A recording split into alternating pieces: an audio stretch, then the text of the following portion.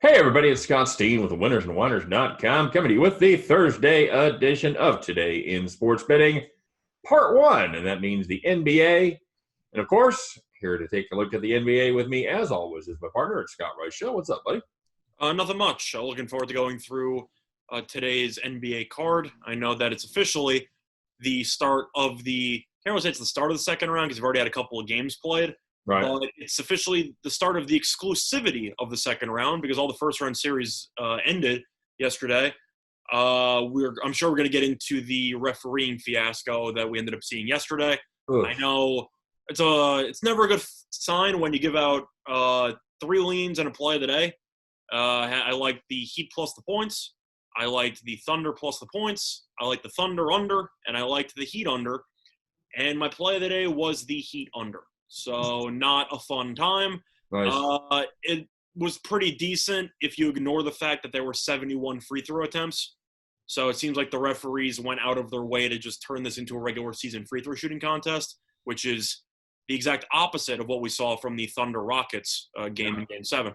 Yeah. But yeah, I'll let you have the floor for the start of the refereeing fiasco because it was. I'm sure we got a lot to say on the matter. It was. I will say that I did go 2-0 on my premium picks. I did have OKC plus the points, and we did also have Miami plus the points as well. Do you know why you went 2-0? Because you did not give out Cardinals' first 5 under. Yeah, I in a heartbreaking development to all of my premium subscribers, I took a day off from baseball. So.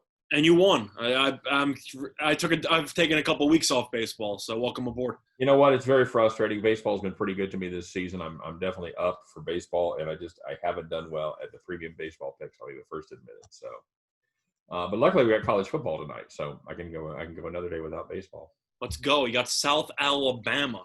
Get excited. Let's go, people. Why would you watch the Islanders play or Clippers Nuggets when you just have UAB going and you got South Alabama? Let's go. Not UAB, Southern Miss and USA.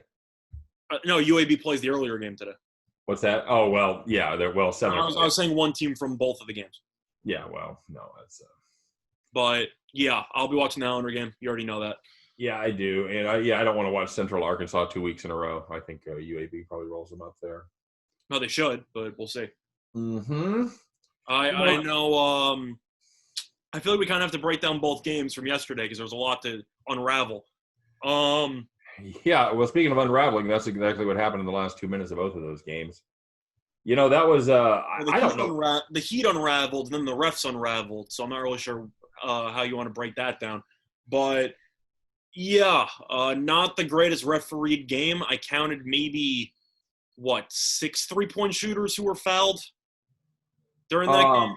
Yeah, I mean, I don't know if you want to start. I don't know where you want. I don't even know where to start in that one. You don't want to start with the. I had the under, and then you see 3 3-point shooters getting fouled in the first 5 minutes, and I'm thinking, oh, I'm screwed. It's going to be one of those games. All right, cool. But yeah, I would like to know how many times they let that foul go that they called there at the end on Dragic. I didn't think it was a foul. I can understand that you can make the argument that he's supposed to let him land. You can't call that with 4 seconds left. That's just terrible. No, it is. It's that was, I don't want to say it, but it looked like Flop City to me. Yeah, it wasn't great, but it also doesn't help when ESPN brings on Steve Javie, who is the biggest NBA referee homer I've ever seen, who never disagrees with any call ever made. And I don't see the point of bringing on experts like Mike Pereira in football and Steve Javie in basketball when, regardless of how bad the call is, the referees are always going to get supported by the television personality who used to be the referee. What's the point? It was a terrible call. Just admit it was a terrible call. They very rarely go off the reservation. What did you think was the worst call? The worst call is the Jimmy Butler one. I'm not gonna sugarcoat it and say that the Dragic call. I actually love the Butler call. It was a terrible call, but I was a huge fan of the makeup situation because it was so blatantly obvious that it just made me laugh. Because usually you have a couple of subtle. You got to delay a game call for a free throw. You get crafty with it. They really just decided after calling the 3-point foul on Dragic, it'd be really funny We call a touch foul and no time left on a guy who puts his hand on the guy's back. You know what? I thought the same thing. I go, that seems like a makeup call. That was the biggest makeup call, or the most blatant makeup call I've ever seen in my life. And I don't think there's going to be a close second. That was next level. Just, I don't even know how to describe that. That was something else. But I think it was funny because Milwaukee couldn't really complain because the Dragic call was bogus in the first place. So it's kind of like, you can't do that. That's terrible reffing. And it's like, oh, we got awarded 3 free throws for doing nothing the previous possession, I guess. And then you had the late – so that was my thoughts on the Heat game. The Butler call at the end was terrible, but I'm happy the Heat won. I thought they deserved to win despite almost choking it in the last minute and a half.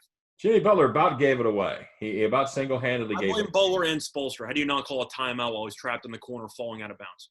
Well, yeah, and that's – timeouts. Call a timeout. Spoelstra's got to be on that, because he has the ability to call that timeout as well. Yeah. And it's right by the sideline, so we could tell, like, oh, Butler's kind of screwed here. I should probably call a timeout. But he's like, no, let him chuck it off our own backboard right to Brook Lopez. I'm like, oh, that's an interesting maneuver, I guess. And then you have the Thunder game, which we have to break down because there's a lot to unravel in those last, I'd say, 5 minutes where about, 3 combined points were scored? Yeah.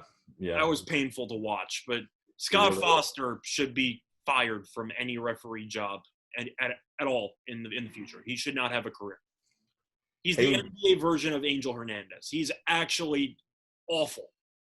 And a couple of moments with him, you had the off-ball foul that was called, but then you weren't sure if the timeout was called first, and they had to go through a full thing, which was a real just nuisance. Insanity. Before the game, Chris Paul claims that Scott Foster told him, by the way, I refereed your Game 7 loss back in 2008. Chris Paul says that Scott Foster walked up to him and literally told him that before the game. Now, I don't know if that's true or not. There could be a Dominic Cruz, Mark Goddard, oh, he smells like cigarettes. This guy's just an idiot, get rid of him. If he actually said that to Chris Paul, he should be fired on the spot. How the hell are you going to bring up, oh, by the way, I was a part of the crew where you lost Game 7 against San Antonio about 12 years ago. Fun fact. What the hell is that? What does that mean to you? I don't understand the outrage there. There's so Scott Foster has been known to be very anti-Chris Paul. Okay. Chris Paul has lost each of his last 9 games officiated by Scott Foster in the playoffs. He's 0-9 in his last 9 playoff games. God damn.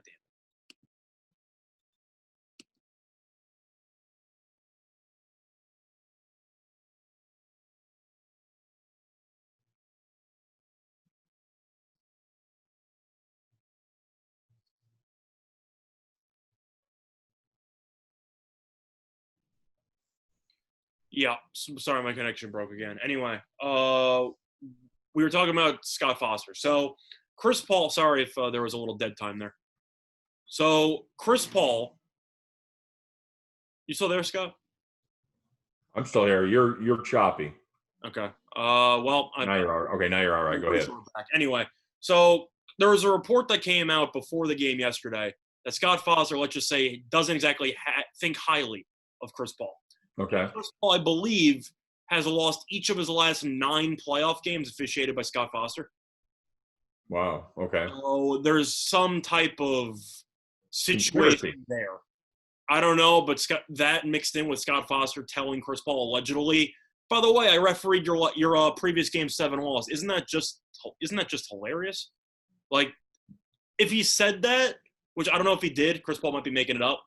If that happened, Scott Foster should be fired and never be allowed to referee a basketball game again. Because you can't say that to a player before an elimination game. You can't say that. Okay. I'm assuming you agree with that. I don't know that it's. I don't know that this is. You're supposed to tell a player before a game. By the way, I know that you've lost 9 straight, and the last Game 7, I refereed this one that you lost. Isn't that something funny? So keep that in mind. What's the point? Yeah, it does seem a little inappropriate. I don't quite have the outrage that you do about it. Well, it's mostly an outrage because I also just think he's a terrible referee. And that off-ball foul at the end was awful. He's making calls all the way from the other side of the court. And he's just one of those guys who just seems to always try to make the game that he's playing more about him than the actual athletes, where he needs to make a couple of controversial calls to kind of spice it up a bit. He's just bad at his job. Yeah, that's giving him game sevens. That's the worst quality you can have in any kind of an official. The worst quality you can have for being an official is being noticeable. And Scott Foster's probably the most noticeable official in the game. Yeah, you're right. So you can't give him game sevens. That's an issue. But for the game itself, I don't want to spend too much time on this. I thought Billy Donovan was abysmal last night. I thought he was awful. And I was a huge fan of him during the year. I actually thought that he potentially deserved Coach of the Year. He was so bad yesterday, and nobody's talking about it. I know Harden was awful for the Rockets, and they won anyway. He had the big block. I get it. I know Dort had a Draymond Game 7 type of performance, which came out of nowhere, and nobody saw it coming. I can list so many mistakes that Billy Donovan made over the last 5 minutes that it was just so bad. Do you know what I'm talking about, or you want me to list some of these off? Oh, well, absolutely. Well, even if I know what you're talking about, I think you should still list some of them off. So, first of all, I have no idea why Adams was on the floor for the last 6 minutes of the game. He did absolutely nothing for the last 6 minutes. Their best lineup in the entire series was Gallinari at the center, and yet you kept Adams in, who did nothing. Right. He did absolutely nothing. He was a waste of space, and you kept him in the game. Second of all, you had the inbound. Adams is wide open for a lob pass for a layup to tie the game. That was a dreadful miss right there. He was wide open. You didn't give him the ball. Nope. Third of all, how do you pick Gallinari over Chris Paul to shoot the free throw with 1.4 seconds left? I know Gallinari shoots 90% of the regular season. It made 19 straight. Gallinari looked like a deer in the headlights. He wanted nothing to do with the situation. You can tell by the game. I think he had like 5 points. I could tell you in the second quarter that I didn't want the ball in his hands the entire game. And Chris Paul is your veteran guy who's been there before. How do you not take Chris Paul as the free throw shooter there? I knew as soon as Gallinari came to the line he was going to miss. And he missed. Now in his defense it was in and out and it was unlucky, but I don't know how you don't pick Chris Paul there. And that's the play you draw up with 1.2 seconds left. You had 2 timeouts. And you draw up an inbound to Steven Adams, the 3-point line. I know that was a last-second desperation. Nobody was open. But they didn't even come close to drawing up a play. I don't even know what they were trying to draw up there. Do you know what they were trying to go for? Because I couldn't tell what they were going for. Somehow Dort to take the three-pointer. I don't know how that – yeah, that seemed to be the – I don't I'm talking about the inbound with 1.2 left. Oh, okay. Well – I'm not talking about the final whatever. I thought, first of all, they should use a timeout there. Once Chris Paul almost threw the ball away, they probably should have called the timeout and actually drew something up because they had 2 timeouts and they just didn't use it, which was a waste. But the Dort taking the 3, the fact that Dort's taking your biggest shot of the game is a problem. The year? Of the year. Yeah. Arguably not franchise history, but still, it was a big shot, and you're going to Dort. I know he was great in Game 7, but he can't take that shot. But I'm talking about the 1.4 seconds. You had the off-ball foul, which was a free throw, which was a free timeout. And then you had another timeout right after that. What play did he draw up for the last 1.4? I know, obviously, that something wasn't open. Adams came towards the ball, and I get it. First of all, why is Adams on the floor? He can't shoot. Why is he on the floor? I don't know. He should have put Gallinari at the 5, gone 5 wide, and then try to spread it out and do something. So Adams shouldn't have been on the floor because he's just useless offensively. But I have no idea what they were even going for at any point. I saw a couple of made-up backdoor screens which didn't even look like they were run correctly. And I thought Billy Donovan almost single-handedly costed Oklahoma City that game. Wasn't good. It was not a good performance all the way around by OKC, a team that had certainly been a lot tighter. And they were clutch throughout the entire season. Yeah. But I don't know. Donovan definitely moved down my coaching power rankings, which are imaginary. I never actually made them. But he was in my top 10 before the game, and I got to reevaluate because he completely froze. I'm sure he'll be heartbroken to find out that news. I'm sure he will too. I'm just saying. It reminded me a lot of Sean McDermott in that playoff game with the Bills against the Texans, where I thought he was a great coach, and then you watch him in the fourth quarter, and you have no idea what he's doing throughout the entire fourth quarter, and that Buffalo gives him a massive extension. That was a terrible performance by Donovan. And I have no idea what he was trying to do for the entire fourth quarter. So that's my rant. It might have been longer than I was hoping for, but anyway, that takes us into today's card. All right, let's take a look at today's card. It's Finally, we're at the semis here, or the round 2, I guess. The conference semis. Yeah, the conference semis, exactly. And you've got the Raptors going against the Celtics, and Celtics trying to take a commanding 3-0 lead in this one. The Toronto Raptors once again 2-point favorites. The number here is 217. Does it surprise you Toronto's favorite? No, but on some levels, yes. As far as what they've shown in the first 2 games, talent-wise, the way the games have gone, yes. As far as game two, they arguably should have won. Game 1, I'll consider an anomaly because the Celtics shot the lights out. How the market goes and how the market perceives these 2 teams, no, it's not a surprise that Toronto is still a favorite in this one. The truth is that Game 2, if Marcus Smart didn't turn into Steph Curry for about 4 minutes, Toronto wins that game, probably by around 8. Marcus Smart took over the fourth quarter. That's just how the game went. He just made a bunch of threes over and over again. Right. If there was a prop for over or under 5.5 flops combined between Lowry and Smart, I would slam the over because you should get about 30, which is the worst part of the series, is just Lowry and Smart out-flopping each other. It's just they should start giving texts for that. That you can't have that every possession. That's just terrible. But for the game itself, that's nothing to do with that. Just a brief segue rant. I'm going to lean to Toronto for this game. I know that Boston has won the first 2 games. I know that it's not a great way to handicap a game by saying I can't visualize this team going down 3-0.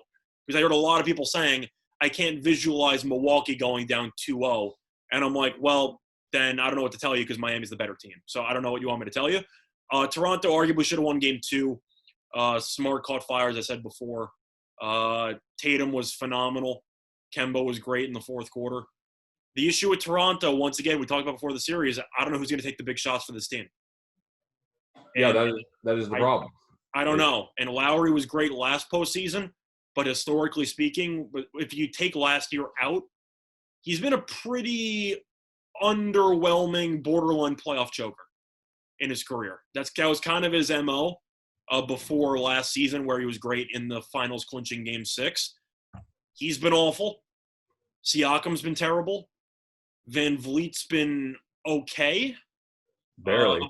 Ibaka's been really good, which has been a plus. Gasol's looked useless. Gasol looks completely lost on the floor. I don't know what happened to Gasol. I can't ever remember him, calling Gasol's name pretty much the entire game. I just remember every time he had the ball, he basically almost fell over himself. He got caught with like 3 moving screens. He fell on the floor a couple times. He just doesn't look good. And it makes sense because he's older, but I thought he'd be a bigger impact. I'm still going to link to Toronto. Yeah. I'm with you. I think the difference in these 2 series is I think that right now Toronto is arguably still a better team. I think it's coaching as well.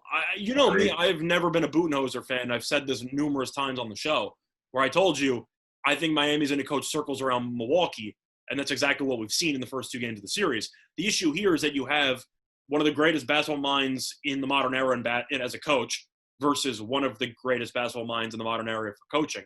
So I have faith in whichever coach that falls down to at least push the boundary of making adjustments. And I don't feel the same way about Budenholzer. So that's the main difference between both series for me. I think Nurse will come up with something.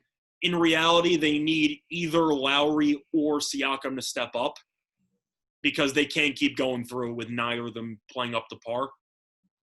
If I had to lean to anyone, I'd lean to Lowry because Lowry can always get to the foul line. He could actually, be crafty with it. Siakam, I don't know what he's doing. I don't either.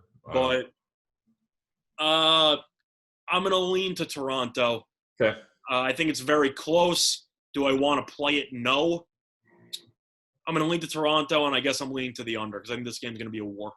Yeah, I think it's going to be Toronto here, and it is a very unscientific reason that I think that they're the arguably the better team. Certainly had the better regular season. They were there last year. They know how to get it done, and they know that their backs are absolutely up against the wall. I still don't like Boston's bench, but the main reason, not scientific, was the fact that if Marcus Smart doesn't catch fire in the fourth quarter, Toronto's winning game 2, and we're tied at 1-1. Right. Yeah. And I don't think you can rely on Marcus Smart to go. Where did he go? He went like 5 for 6 in the fourth quarter from 3-point range. Yeah, I know it was an incredible. Like you can't rely on that. And Boston was down. What were they down? 8 points going into the fourth. Yep. Like Toronto usually wins that game. Yeah, that's the main reason why. I think Toronto should have won game 2, but because of a ridiculous performance by Marcus Smart, they ended up losing. So I think that if Smart goes back to his normal self, where he starts shooting, I don't know, 3 for 9 from 3, something like that, Toronto should win this game by about 4. I'll lean to Toronto. Okay, yeah, I think I'm the same way. I've got Toronto here. I got a premium play on the total, so Okay. Yeah, and it's a very unscientific reason that I just think I'm not going to say they're due, but I do think Nick Nurse is able to stop the bleeding and get him back on track. I thought he stopped the bleeding in game 2 compared to how they played in game 1. It was that's true. Yeah. Defensively, Toronto definitely buckled down, and I give them props for that. So we'll see. All right, now how about your Clippers here and Denver? Well, I got a play of the day in this game on the side, so I'm going to go talk about the total. You want to go first? Yeah, I will. I'm all over the Clippers here. Clippers are a lot of money pouring in on them. Yeah, I like the. It seems like they're just the far superior team here, and as far as the total goes, I'm leaning under. I'm not thrilled with it, but I'm leaning. Yeah, I think the Clippers do a lot better job on defense than Utah. I think they'll be able to keep Denver in check. Plus, I think there has to be something to be said for going through that emotional series, that game 7, like it was. Also, the quick turnaround. Right, just one day off. You think the Celtics? You think the Clippers come out rusty, having not played since Sunday? No, I don't. I think that's about a normal playoff layoff at this point they've had. I'm just asking because some people might make the contrary argument, saying, well, the Nuggets played a day ago and the Clippers haven't played in a couple days, so maybe the Clippers will be rusty. No. I disagree with that notion. Yeah, if it's 5 or 6 days, then yeah. But yeah, for me, I'll lean under.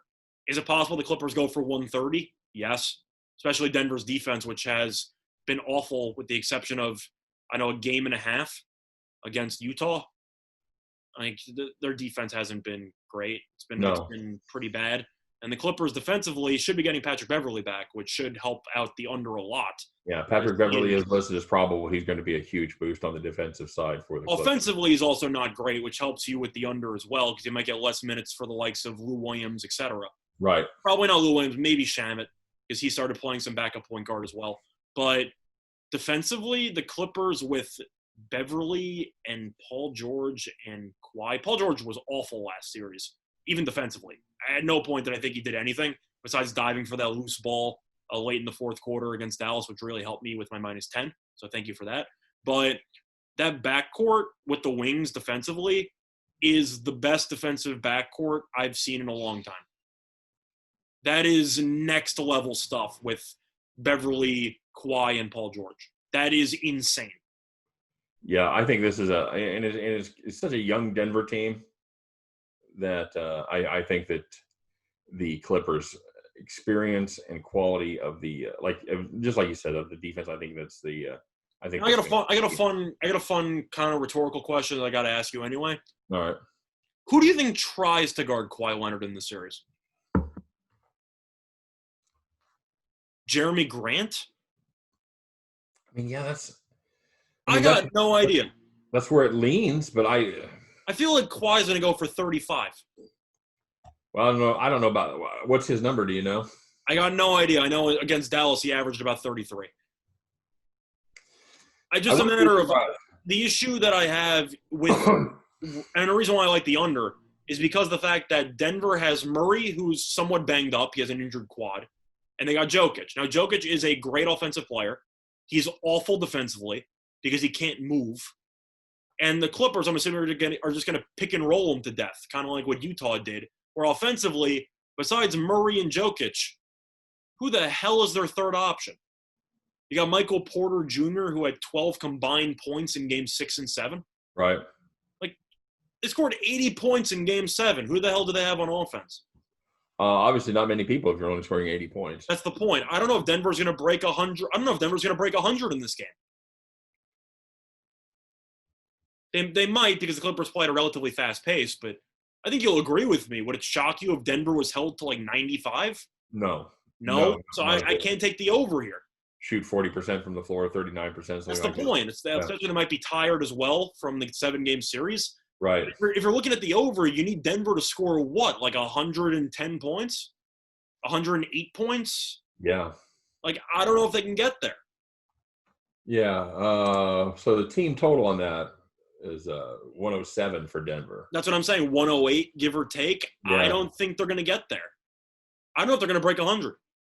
No, I think this is going to be a lockdown fest for the Clippers. There's a difference between running pick and rolls and getting sets against Joe Ingles and Rudy Gobert and these people. And then all of a sudden you suddenly have to go up against Kawhi Leonard, Paul George, and Patrick Beverley. That's night and day, especially since Utah was the worst three-point defense in the entire league. I think that Denver offensively is going to have a ton of growing pains when it comes to the transition between opponents here. Yeah, there's just not enough weapons on that team for them to have to worry about. Agreed. Mm-hmm. All right, buddy. So there you have it. That's a couple of NBA plays. Very nice. Looking forward to the action here. That, of course, gets briefly. I know that those are the NBA plays, and this has nothing to do with the playoffs.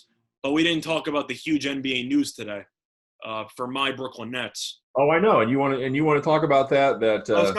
I feel like we could have done it before we did the thing, but I had ranted about the referee, so I thought we might as well balance it out. You got any thoughts on the Steve Nash hire?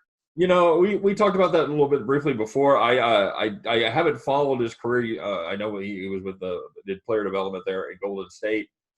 You know, heck of a player. It's all about how the guys relate to him these days. And you know, I'll give him the benefit of the doubt. I will. I think he's got a good basketball mind, and he certainly was going to be an upgrade at the coaching position up there in Brooklyn. What do you think? I know that's your team, buddy. Well, the thing about the upgrade part is that I actually like Jacques Vaughn a lot, and I thought that he was actually going to be the head coach. I really thought the Ty Lue stuff was – I don't like Ty Lue. I'm not afraid to admit that. I think he's an average at best coach. You know, I have local connections with both those guys. Ty Lue went to the high school where all my kids went. He was a Raytown, Missouri guy. And then, of course, Jacques Vaughn was a dreaded KU point guard, and of course hated. I like Vaughn. I was shocked when the Nets signed Steve Nash that Vaughn decided to stay as an assistant coach. I think that's a massive win for the Nets. I did not think that Vaughn would stay. I thought he would leave. You know, you jumped over him for the head coaching job. I didn't think he'd really be loyal to the organization. I think he's ready for the head job at some point. That's what I'm saying. So he's probably stalling until somebody offers him a job. I think he'll actually be a decent head coach. But the main thing about Nash here, I feel like Steve Kerr kind of changed the game. When it comes to guys without much head coaching experience getting jobs, and everyone's now looking for the next guy. It's kind of like the Rams with Sean McVay. Right. How you had one coach who came out and pretty much changed the landscape of coaching in their respective sport, and now everyone in the copycat league is trying to find the next guy. So you're looking at old players. You're looking at old members of front offices, et cetera. And you're trying to say, maybe this is the guy who nobody's looking at who can be great. I think Steve Nash is going to work out well. Now, a couple reasons why I feel that way as a Nets fan. First of all, I'm biased. My two favorite players of all time growing up were Steve Nash and Jason Kidd. And both of them are now either coaches of the Nets or at one point coaches of the Nets. So the Nets seem to be stealing my childhood and just recycling my favorite players. So the Jason Kidd experiment was, I'd say, mediocre, had its ups and downs. Then again, you had Paul Pierce and Kevin Garnett post-prime, so their expectations were way too high in the first place. But Steve Nash is a brilliant basketball mind. There's no way around that. People can talk about how he's one of the smartest point guards of all time, and I don't think anybody would argue that. I think that that's a given fact. That's not even an opinion. I think you'd agree with that as well. Absolutely. Now, other than that, though, Nash has a connection to Durant because he was in the player development thing in Golden State. So obviously, I think Durant had a huge say in who was going to be the next head coach. And I think he definitely encouraged, quote unquote, encouraged or forced, however you want to phrase it, them to consider Steve Nash. And I'm not surprised that Nash interviewed extremely well. Now, the other factor you have to include is the fact that Nash should draw up very good offensive schemes for Kyrie and KD. I'm expecting endless pick and rolls between Kyrie and KD every possession. That's kind of what I'm expecting. But you have to assume a lot of NBA free agents would love to take the minimum to play for Steve Nash with Kyrie and KD. That is a phenomenal destination to get veteran minimums to show up. Like, I could see Boogie Cousins if he's healthy, as an example. I'm not sure if he's going to be the same guy. But you see these guys who sign for the minimum saying, oh, I'm going to play for LeBron, or I'm going to play here. Brooklyn is one of those spots now where a lot of people are going to say, I'll sacrifice $5 million for 1 year to play for Steve Nash with Kyrie and KD. I think that's a phenomenal destination for players now. You have any thoughts on that? I think that's a huge PR move for NBA free agents to potentially lure some role players in. Yeah, I think you're right. I think this is a team that showed their mettle. I think they showed that they're kind of an up and comer. I don't disagree with you there. Putting on a little bit of your homework glasses, but I'm trying to be unbiased with it, but it's tough because I'm a homer with the Nets, but I'm not afraid to criticize my teams. But I also love Steve Nash, and he's never coached in a head coaching capacity. So there's a lot of question marks here. But since there wasn't any candidate that I looked at and said, wow, I need this guy, I was fine with it. 4 years, a lot of years. I'm going to acknowledge that. 4 years is a long time. But I'm optimistic about it. All right. Very good. So you're excited as a Nets fan? That's cool. We'll have to see. Assuming Kyrie can actually stay healthy for more than 40 games in a season. But yes. Well, that is certainly the question. So, all right, bud. Big day in the NBA.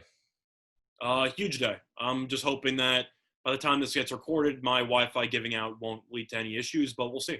All right, very good. All right, guys, thanks very much for joining us as always. We appreciate you stopping by part one of Today in Sports Betting. As always, don't forget to check out winnersandwhiners.com for deep dives into not just the NBA, but college football, the NFL next week, hockey. How does the NFL start a week from now? Isn't that crazy? A week from tonight, my Kansas City Chiefs right here, buddy. I'm excited, and I'm excited to be doing some NFL shows, so we'll be talking about that here in I'd be excited, too, if I was playing the Texans on my first game. Very near future. All right, for myself, for a not at all bitter Scott Reichel. I wouldn't be bitter at all. I got nothing to be bitter about. JETS, buddy, that's all I'm saying. It's all good. I started a new slogan for the Jets this year. It's called Gase for Chase. And it's because I want Jamar Chase really, really badly. Okay. I don't know if it's going to hold on, but I kind of like it. All right. Well, it does rhyme, so there's that. It does rhyme, and they might fire Gase anyway after the year, so I think it actually works pretty well. Fair enough.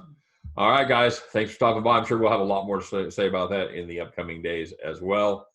Couldn't do it without you. Good luck on all your plays today. We appreciate it. Everybody stay safe, stay healthy. Come back and see us. Hey, click on the next video. Check out our MLB show that's coming right after this on Today in Sports Betting. Everyone have a great day, and we'll see you next time. Bye-bye.